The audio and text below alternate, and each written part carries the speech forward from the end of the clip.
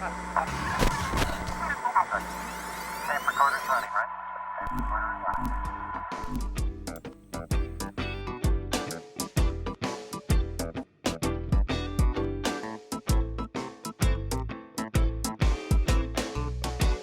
Hey, Nancy Crabb. Hey, Brett, how are you? I am doing fantastic. How are you today? I'm good. I'm Brett Starr. I'm the founder and CEO of the Star Conspiracy. And I'm Nancy Crabb.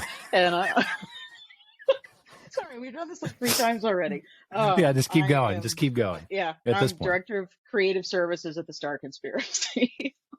I'm so glad to be talking to you today. And clearly, we are doing a very professional job of podcasting. So thanks for that. Hey, you know. Woo. People don't we're tune talking... in for professional. Or if they do, they're tuning into the wrong place. Yeah. We are continuing a series of conversations around creating defining moments in customer experience. And just to frame that conversation a little bit, the Star Conspiracy has a very unique view of customer experience. First of all, we view customer experience as part of a stakeholder experience model, where we place equal weight on the employee experience, the customer experience, and shareholder experience. And we know that all 3 of those have to work together in balance so that each participant is giving and getting equivalent value. And that's what creates a sustainable business ecosystem. But specifically in customer experience, and I really saw this play out in our senior leadership team retreat last week, is that when you start to view things holistically, then you stop trying to solve problems or take advantage of opportunities from the myopic perspective of where you think the problem or opportunity is. But you see all the connective tissue between, what might have formerly been considered a brand issue or a marketing issue or a sales issue in isolation, and you find out that it's actually connected to something that's happening somewhere in the CX. But anyway, our model for CX looks at 5 subdomains: the brand experience, the marketing experience, the sales experience, the product experience, and the customer success experience. And really thinking about how all those things work together to prevent breaks in continuity that result in a diminished view of your brand or a loss of trust in your organization. And so that's what we're talking about. And I thought today that we could just talk a little bit more about specifically the brand experience and raising your game and brand. You've been doing a lot of work on our brand framework. We have a growing consensus perspective inside the organization that we are entering just a new field of work tech that's unlike any era that we've ever seen before, with more investment, more companies, more competition, more organizations that are competent in blocking and tackling and doing a great, job of like doing all the stuff you're supposed to be doing in brand and marketing and sales and product and customer success. But in a world where everyone has their blocking and tackling game down, how do you rise above the fray to become a leader in your market segment? So that's kind of what we're talking about. But I think you had a story to tell. I did. Well, No I pressure. had a little one. I had a little one. And it occurred to me. One of the things I'm doing on the side, because I get tired of working on the computer all day, is I'm taking a beginning silversmithing class. Oh, cool. And it's really cool. Yeah, it's really fun. It's a Monday night thing. And so the second night was this week. And we're making just a plain, simple silver ring, right? And when I was discussing what we were making, somebody said, "Oh, well, that's perfect. They start you off with the easiest thing." And I was like, "No, they actually started us off with the hardest thing, because it is nothing but simple and seamless and polished. So you can't hide a single flaw. And at every stage of the process, if you've not joined something properly, you can't proceed. You have to go back and fix the foundation of the ring before you can proceed to the next step." And we see that a lot. I mean, it works the same way with brand building. Whether you're looking, and of late, I've had a lot of conversations that I think, because people sort of held back a little bit on marketing budgets for a while, people were Mhm. concerned about the economy, things like that. Well, now they're trying to go in speed up mode and saying, yeah. I mean, I know I need to fix A, B, and C, but can I just do C and we'll just go back and fix A and B later? Well, you can, but it's really dumb to do that. Yeah. And If you want to so, wreck your entire customer experience and yeah, mortgage your future, sure. yeah, because you're not fixing the foundational things that make the next step possible. So, like when I look at this ring, I'm hunting for every flaw because I can't just cover it up with something. Like the design of the ring is not, well, all right, well, this part's uneven, but no big deal. I'll just, I'll weld something new to it, or I'll just cut a pattern into it and pretend like it was intentional, right? Hmm. It's you have to master every stage and get it done right before you can proceed to the next. Did you finish the ring? No, not yet. We're just in stage 2, but it So is I have a lot of completely questions. round now. Look, it's actually, I don't know if you can see this. Oh, yeah. Oh, Yeah. that's cool. And It's like a flat band. Yeah. yeah. Oh, So that's awesome. we still have to do like these beveled edges and then a high polish, but you can't see the seam because it started off as just a flat piece of metal. Yeah. So I have tons of questions about all that. Yeah. So, like, where does the silver come from? And is that included in the cost of the class? Yes. And is it just like, do you get like a little cube of silver, or like what is raw silver like? No, you get a strip, right? And it's all measured in millimeters based on how thick it is and how wide it is. And so you're just given kind of this piece, and you have Yeah. to determine what finger you're going to wear it on. You have to measure it, you have to cut it, you have to completely file both ends so they're completely flat from every perspective. And then you have to join them together with a blowtorch, which is really fun, and other little pieces of metal to get them to melt. And then Yeah. you have to remove all evidence that you welded it before you can, like with files and things, very delicately, before you can then pound it out or shape it to a circle. Yeah. Yeah. Well, I'm just thinking about this in the context of like Lord of the Rings. And so, Yes. like when the one ring of power is forged, it's like poured into a mold and this like perfect ring comes out. So it sounds like Yeah. there's no melting and pouring into a mold. No, You it's all shape it and join Yeah. it. Yes, by hand. Is that like, I'm so fascinated by this. And is it like hammering? Like how do you do you have to flatten it out, or does it come in like, hey, this is a strip that's ready to go for ring making and you just need to bend it and go? Well, you do have to bend it, but by the way you get it bent, you basically have like this long oval, Oh, which interesting. this metal is really thick, and so it's a class where this guy can like bend the stuff with his hands, and the rest of us were looking at him like, mine doesn't bend that way. Like, give me a hammer. Yeah. But you do have to hammer it around what do they call it?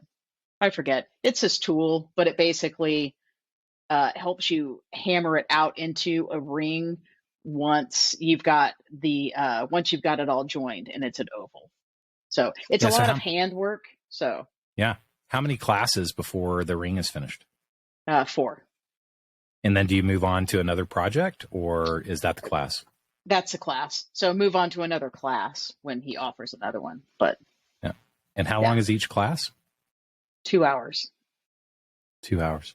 So basically 8 Interesting. hours Okay. worth of work, and you learn the principles to make a simple functional piece of jewelry.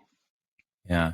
And clearly the the goal here is not to learn how to make rings yourself so that you can like cut the cost of buying jewelry, right? No, but it's to understand the process and what goes into it, and then be able to think beyond. Like once I've mastered this skill, now what can I make? So Yeah. And so it's like not surprising a pursuit of craft, right? Like yes. how does this stuff happen and how do you do it right? And so I'm curious, like I've seen you take the same approach to, brand development and brand design. And I really do believe that, we are entering a new era in technology in the technology sector. And that era is that there's just, I mean, a head spinning amount of investment in work tech startups and other technology categories, but we're mostly focused on work tech. And there's 10 times more work tech vendors today than there were 5 years ago, 10 times more today than there were 5 years ago. And everybody has their blocking and tackling down, right? Like they've all got their MarTech stack. They all have their sales tech stack. They're sending out campaigns. They've got their websites. They've got their logos. They've got their brands. And it used to be, I think we've been working together for a long time. And, probably 10 years ago, you could imagine that just being good at blocking and tackling was enough. Mm-hmm. There was this notion of just like an execution engine, right? Like if you were just good at blocking and tackling and you were better at blocking and tackling than the companies that you were competing against, then you would win. And so everyone was looking for the best digital marketers and the best like predictive, analysts in terms of how many leads do we need to drive to produce, this number of outcomes. But I'm curious that in this blocking and tackling world, what is the difference between a brand that is elevated above the competition when the competition all has their blocking and tackling nailed? Does that make sense? Yeah. Everything that I see, except the stuff we do, of course, everything that I see looks a lot the same, and it's almost like there's like this. I was messing around. Have you ever messed around with these AI art generators like DALL-E 2 and stuff like that? No. Well, it's pretty incredible. So, I read this article in the New York Times. I swear we're going to get back to this point, to the point that you're making. But I read this article in the New York Times about this kid who won an art competition by submitting a piece of art that was generated with AI. And it was like a digital art competition. Yeah. Oh, so you have some bad feelings about this, right? Well, yeah, I have some bad feelings about that. So the judges did not know that it was an AI submitted piece of art. And the way these art generators work is it's, you put in a text description like, a watercolor style Siamese cat painting, an oil painting of a black cat. And then, the richer your definition is, the closer you get to, like the art that you think you want to produce or whatever. And then it just like produces this thing as if it's been, created by an artist. And to me, what's lost in translation is that moment of craft and that understanding of craft, Yeah. And, like when I see something that's produced by AI, it looks interesting, but there's something missing in it. It doesn't look like there was soul. A cohesive. Yeah. Well, I was going to say soul, but I didn't, but the soul is missing. Yeah. And I think a lot of times, we're working to develop brands with people who may not necessarily come from a frame of understanding how humans connect with art or how humans connect with brands. And they have no level of just immersion in understanding the difference between something that really appeals to people on a human level versus something that doesn't, right? Right.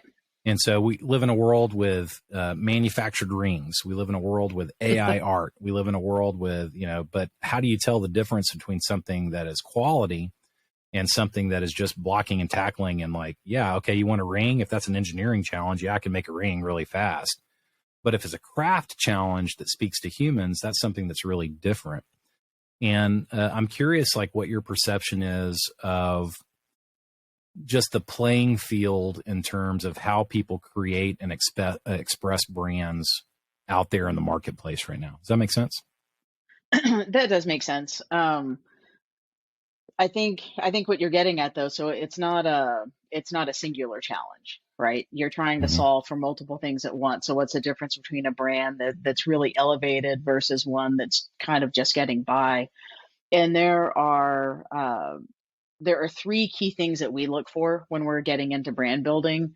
And that's at every stage of creation, can we validate it against the idea that it's differentiated, right? Is what we're making, does it help the company differentiate against the competition? And whether that's in conceptual idea or the way, color gets used, the way messaging comes into play, all of those things. And then we look for, oh my God, I just like lost my brain. Wait a minute. Is it scalable, right? Is this Mm-hmm. something that you can take this structure and you can be really flexible with it over time? Yeah. Can you take it and iterate and kind of keep it alive so that your brand can remain fresh rather than Mm-hmm. getting stale? And then ultimately, is it relevant to your audience? And then to Yeah. which audience? And do you need something that's nuanced for each? And so we really have to make sure that everything we're creating at least tackles those three key things. And if it So hits two and not differentiated. one, then it's done. Yeah. Differentiated, scalable, and Yep. relevant. Yes. Okay. So what is the state of the industry in terms of differentiated brands? Oh, there's a lot of samesies going on, and I think and I have not vetted this out with, like true scientific research, but I have a hunch what we do see a lot of commonality in different categories. And I think it comes down to these categories getting a lot of funding at certain times. Like maybe everybody's over investing in just learning and development solutions, Mm-hmm. or Yeah. just recruitment software. And so what'll happen is people will tend to rebrand over like a 3 to 4 year period within that category, and they're all latching onto the same design trends. And Mm-hmm. so when you start looking at big chunks of them, there's a lot of commonality. Either they're all leaning into the same design trend, they're, Mm-hmm. 60% of them are using, a very similar color palette, whatever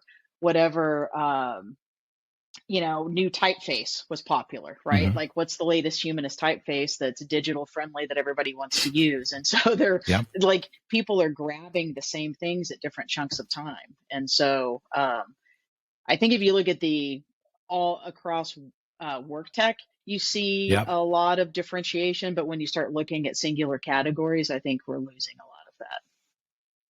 Yeah. So why is differentiation important? And, I'll offer, I'm not a very creative person, but I am a very analytical person. Right. Mm-hmm. And so I think that's one of the reasons that we work really well together, because from an analytical perspective, I would say differentiation, like if you're not compelled by the argument that a brand needs to sing, if you're not compelled by the argument that a brand has to have soul, that it has to be an authentic, representation of like what the actual like attitudes, behaviors, and beliefs are of your organization. I get that, because some people are just, more analytic. Mm-hmm. And from an analytic perspective, brand for me comes down to three things: brand recognition, functional Mm-hmm. association, and brand attributes. Do Yep. people know who you are? Do they know what you do? And do they know what you're like? That's it, right? And Yeah. so differentiation becomes incredibly important in that regard, because if you look like everyone else, you have to spend a lot more money to get people to Yes. remember that it's you and not someone else in the same category. And you have to spend a lot more money to get people to remember what you do. And if everyone looks the same and they all have the, like a person chewing on the, like edge of their glasses, looking off into, outside of a conference room window or whatever, then you have to pay a lot more to get people to know what you're like. And Yeah. so I think there's a functional, component here, which is a non-differentiated brand costs you a lot more money. And, I don't want to make this a commercial, because we do amazing, brands, but we're expensive, and you have to pay a lot to get, like a tier one, agency level brand. And a lot of times people will want to, they think it's blocking and tackling work, and it's not. To invest in creating a brand that is memorable, that is differentiated, that is scalable, that resonates or is relevant to the best part of the target market that you're going after. You may get sticker shock on what it costs to do that, but you don't consider the downstream cost of how much more you have to pay to drive brand recognition, functional association, and brand attributes because you don't have a differentiated brand. What role do you think like low code, like web development or, like AI, like we talked about earlier, what role do you think these innovations, using air quotes for people who are listening instead of watching, these innovations have had on like kind of the march to sameness in terms of lack of differentiation of brand? I think I think there's a strong tie-in. So I appreciate one, the innovation. I love it when people can dive in and create something on their own. I think that if you have a situation where velocity is really important, budget, like if velocity and budget are your two key things and you need to get something to the market quickly to test it, absolutely go that route. But I do think there is, so in addition to ring making, the other unexpected thing that I had this last week was my 23-year-old, her car that was paid for completely died. And we had to go on the used car hunt. So it's like, do you want to pay now or do you want to pay later? It's the same kind of thing. Like how much you invest up front can save you down the road with having to overinvest in advertising because nobody remembers your brand, or cobbling something together and then having to rebrand yourself every 2 or 3 years because you're just trying to keep up with the next trend. There is a reason to make, it's like the first time you buy a true grown-up couch, right? That's not disposable furniture. How long do you keep it? You take care of it a little bit better. Maybe you build a room around it. Like there is a rationale for when and how much to invest in those foundational pieces. And I think your brand is just so foundational. Well, it's really interesting. I was just thinking about our own brand. We have so many clients who come to us and they just did a rebrand 3 years ago. And now they feel that it looks dated. And it does. It really does. And it's almost like a fashion trend. It's like if you are adopting the trend of the day, then, 2 years later, it's completely out of style. And it is because of like all of these different factors and technological determinism, one of my favorite topics, and all the stuff that's driving everyone to say, this is what a good brand looks like right now. But here's how most people are executing on that because of all these like tools and conventions and all that stuff that are brought to the table. And so, yes, indeed, they end up accidentally creating a brand that looks much like every other brand that's created in that era. And they don't know it at the time because they've invested so much of their soul into it. And I get that. But then it quickly, goes off trend and falls out of fashion. And I think about our brand selfishly. And, we've had the same, basic logo. And, I wouldn't say brand with a capital B, but we've had the same basic brand for over a decade now. And I've never felt, and we've never received feedback that it has fallen out of, that it looks aged or it looks worn. But we also, to your point, we maintain it. We make tweaks to the logo that are so small that most people wouldn't even know. But if you put up a picture of our logo today versus a picture of our logo when it was first launched in 2010, they would look really different. Yeah, they do. But the core brand has been very resilient. And because we maintain it over time, I've never felt nor have ever had any feedback that we have like a dated situation. It's because we invested so much in it in terms of, work and thought and, everyone complains about the, cobbler's daughter situation. We are not that when it comes to our own brand. It's like more like we have way too many people who know how to make great shoes and we are flush with shoes. and we want to make them. But, to your point of why the brand has had such longevity, though, that also speaks to the idea of relevance, right? It's relevant. It's relevant not just to the story of who we are, but it's relevant to our buyers. And then it's scalable. So building in flexible systems where the visual language can change and shift over time as our marketing needs do. It's not reliant, our branding is not reliant solely on our logo and a brand color palette. Like it goes, it goes beyond that. Well, and I think like I hate to be so reductionist, but I love the new like rebrand that y'all did.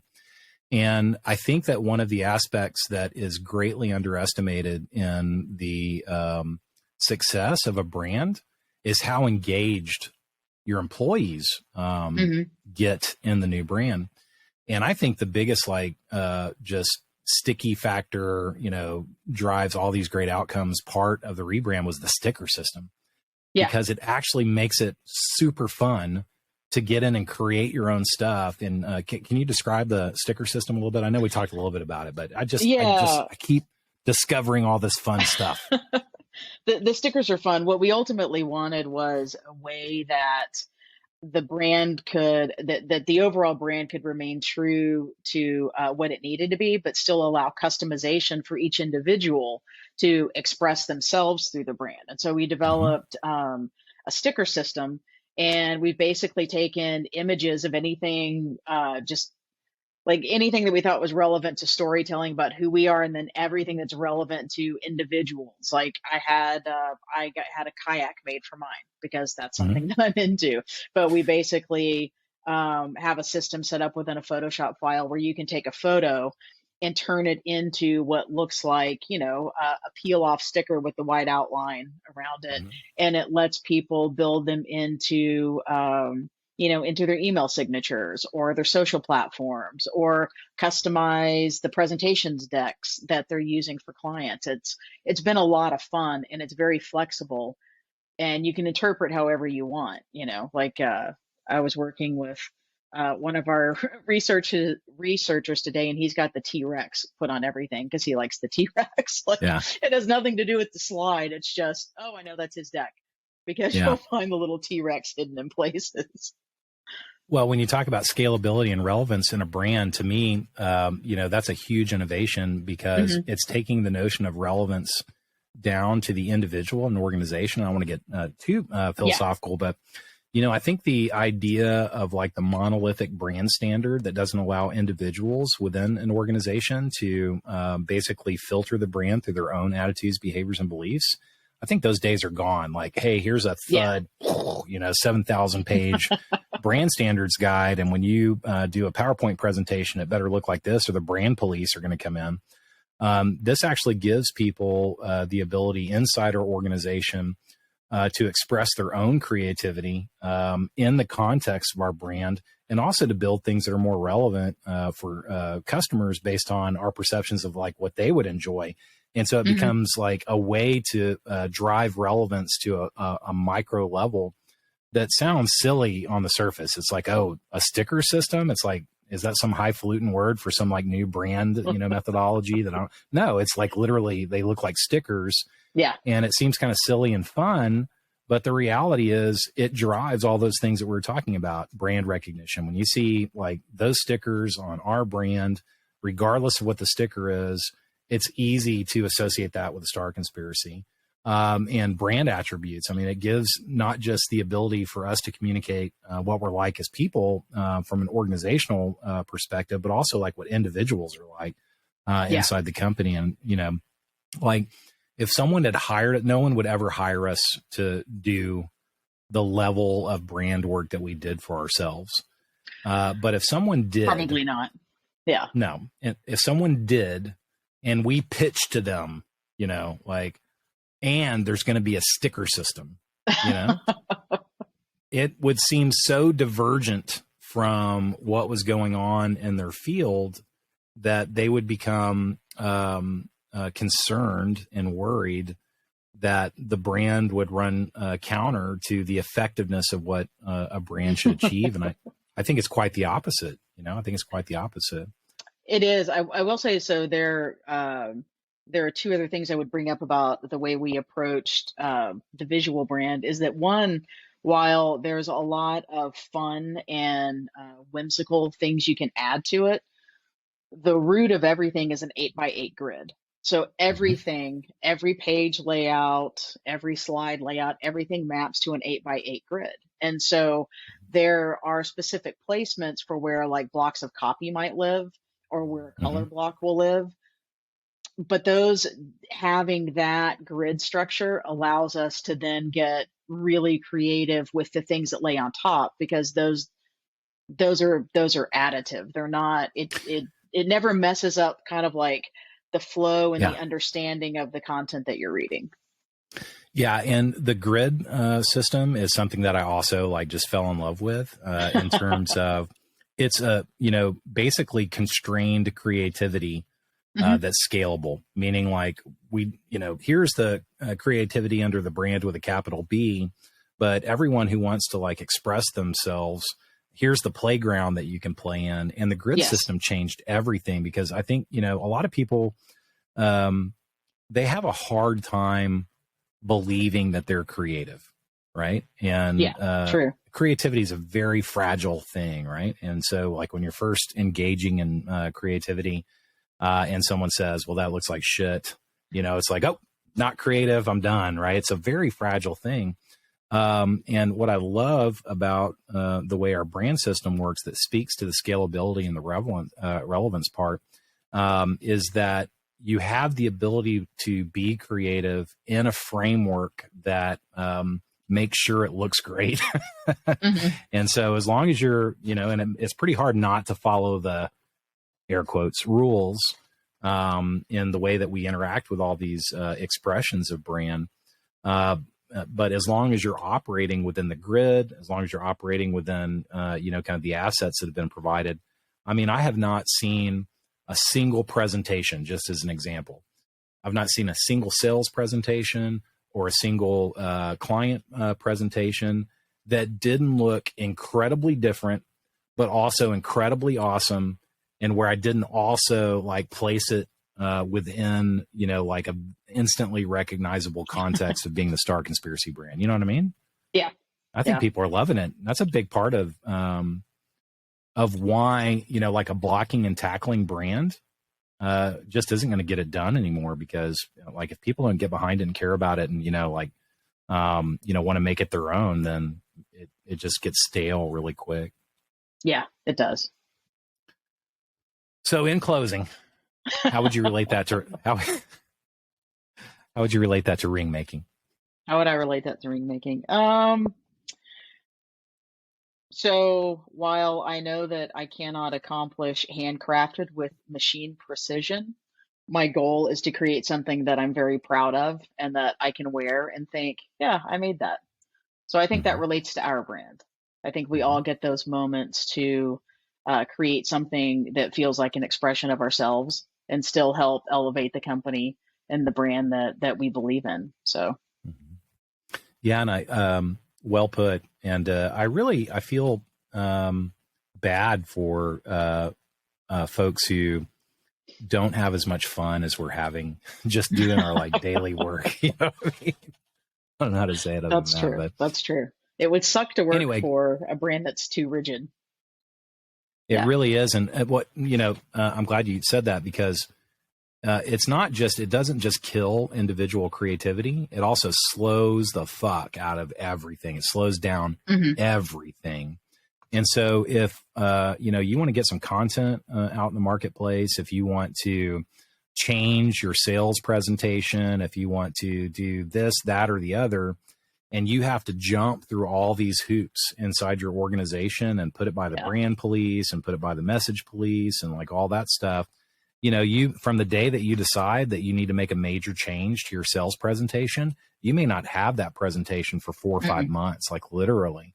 And so I feel that there's a reckoning that is occurring with brand. I really do, where the need for velocity in business, because of just, it's almost like Moore's law of like storage, it's like volatility and the need for agility is increasing exponentially every year. Yeah. And it's running smack dab into a lot of, craft driven views of like how great brands get created and how great marketing gets created. But the business need for velocity is outweighing the need for, a perfect human expression, to the point where that's being sacrificed. And the question becomes, can you hold on to the ability to create a brand that is incredibly differentiated, that's incredibly scalable, that is incredibly relevant?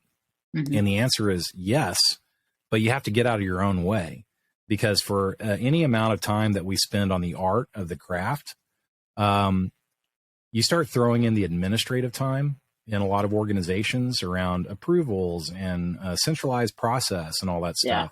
Yeah. That's probably a 10-to-1 ratio of like the actual act of creating something brilliant versus like how much time it takes to like flow it through and get it executed in all these different areas because of all the gates that people put up in their own processes. Yeah. But and then if they have a legal team, thank God we don't have a legal team. That's all I have to say. Well, you know what I mean? Like we don't have to pass everything through a legal department where I feel for those folks. I mean, on both sides, it's a hurdle. It is, but it's like, I think it's just another example of like the justification of process tax and management tax and stuff like that. Like, at some point we knew what we needed to do over the last 20 years to clear conflicts. And it's not that hard. It's not that hard to make sure that your service mark or your trademark or, your logo mark or whatever is not violating some sort of existing image mark or copy mark. But we probably ran into a person at, some event or something 10 years ago. And they said, well, you need to be really careful because you're on the hook if you. And so we went through this period of like, oh, well, we need legal agreements. Everyone needs legal agreements. And then it just starts to mushroom. Then it's like lawyers talking on both sides. And I just feel like a lot of that stuff is overbuilt from a defensive posture, as opposed to, make something so original that the risk of it looking like something else is so slim that you can reduce all of this, reliance upon administrative components. The problem is that's really hard to do. It is really like, I get it. There's no new art. Like I get it. But if you put that in the context of technology companies and work tech vendors, the bar, no pun intended, talking about lawyers, the bar to create new art is pretty low because everything looks so incredibly similar. And so if you have two organizations fighting over, a logo mark because they're both in an octagon shape, well, you got what you paid for. Yeah. Don't use a logo generator. That is true. All right. Good talking to you, Nancy. Good talking to you. Tune in next week for whatever the hell we're talking about. Yeah. Who knows?